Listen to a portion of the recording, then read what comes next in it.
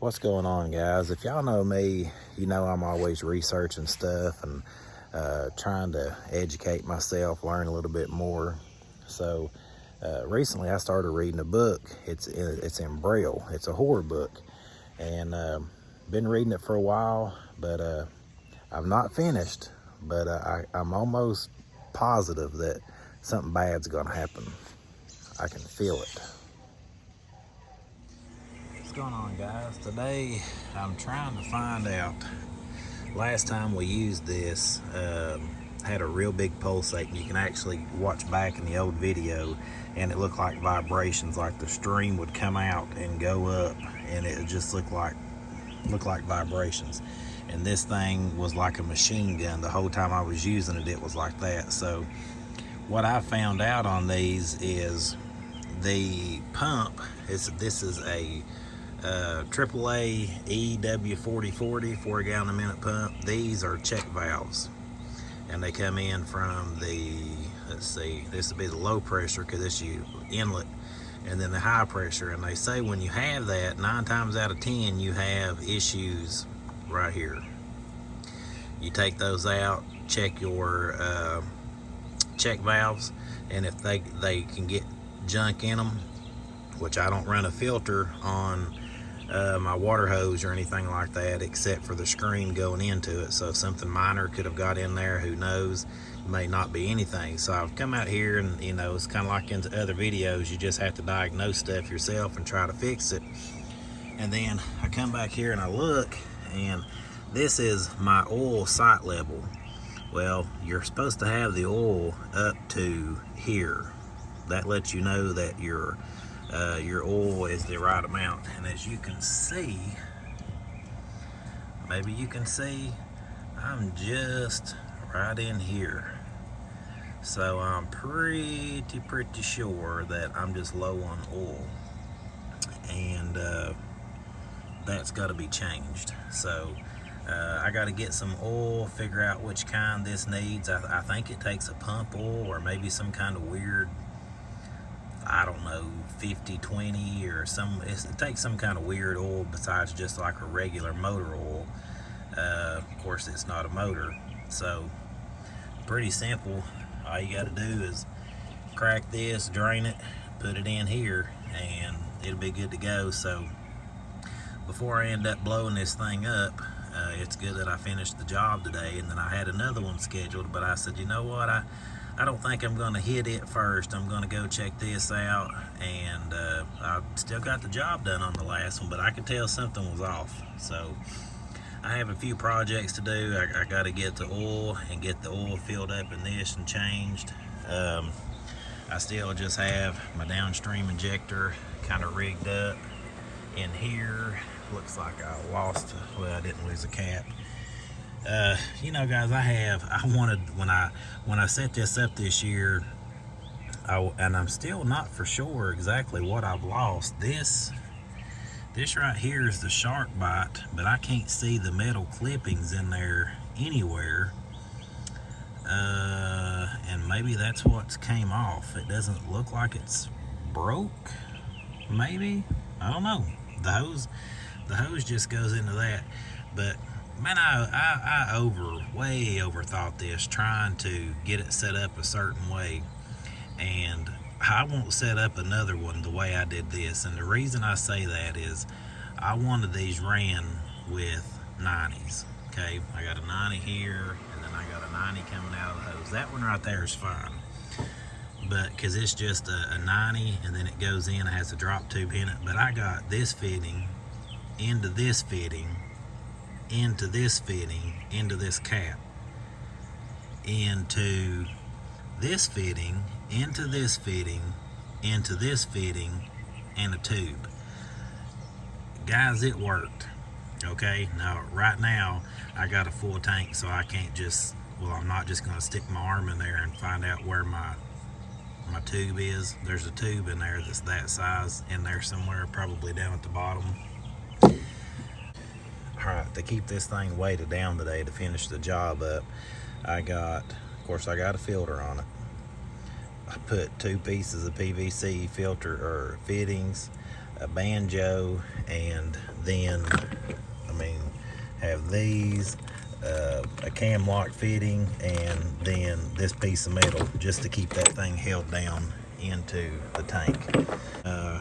Definitely low on oil.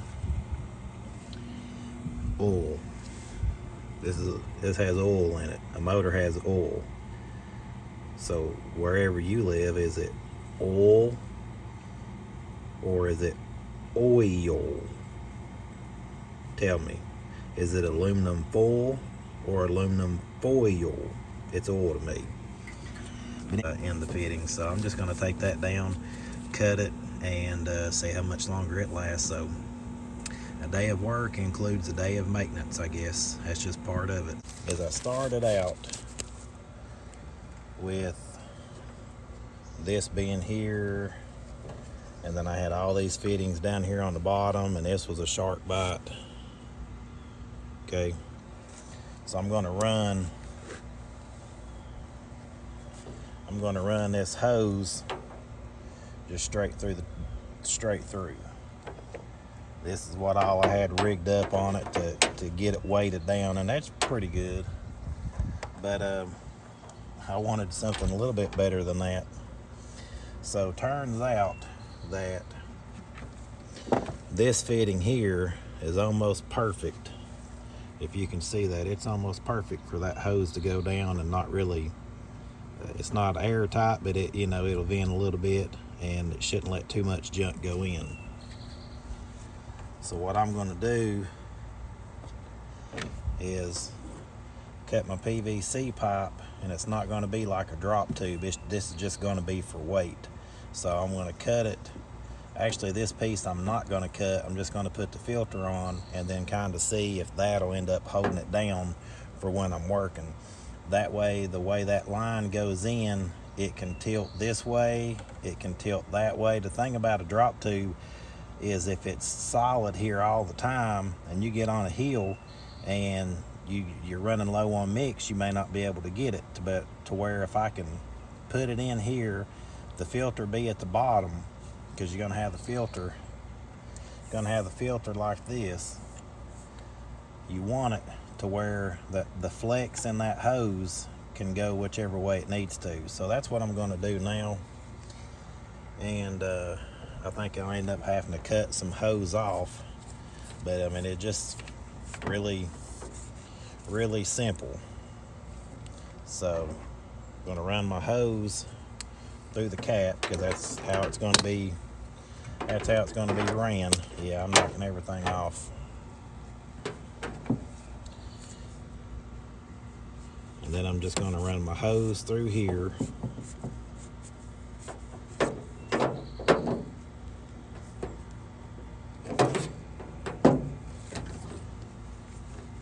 Put my filter on. I'm trying to get to where you guys can see what I'm doing. Put my filter on here.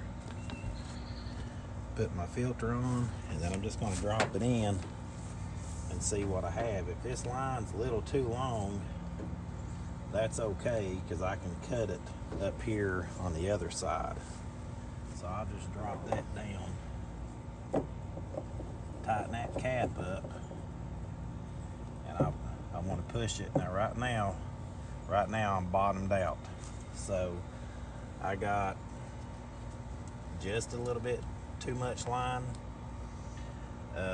I'm just going to call that good for now. It doesn't have to be an exact amount. This was the old one that I had on there that I had been using, and I'll keep this for a backup just because you never know. But anyway, that tube's down. It's down through here, and there's just enough hose here between it and the PVC pipe, so when I end up, if I'm on an angle, that thing can sway back and forth. My filter's hitting the bottom, so I don't have to worry about sucking the bottom. And like I said, I just have a little bit of extra hose left over here, nothing major. And I can go ahead and cut this zip tie, because I don't like that, and it'll hang down.